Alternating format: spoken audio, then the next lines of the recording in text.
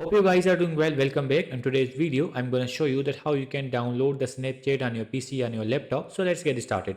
So first of all, what we have to do, simply we have to go to our Windows and then we have to click on the Windows button. And after clicking on the Windows button, we have to click on this Microsoft Store here. So I'm going to click on the Microsoft Store. And after clicking on the Microsoft Store, it will be opened like this.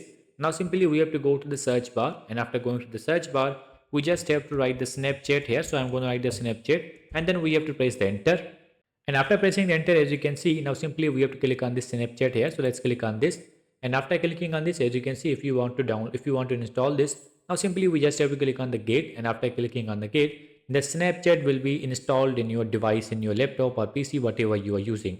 So in this way, you can download and install the Snapchat on your PC. I hope you guys understand this video, that how you can do that. So see you in the next video.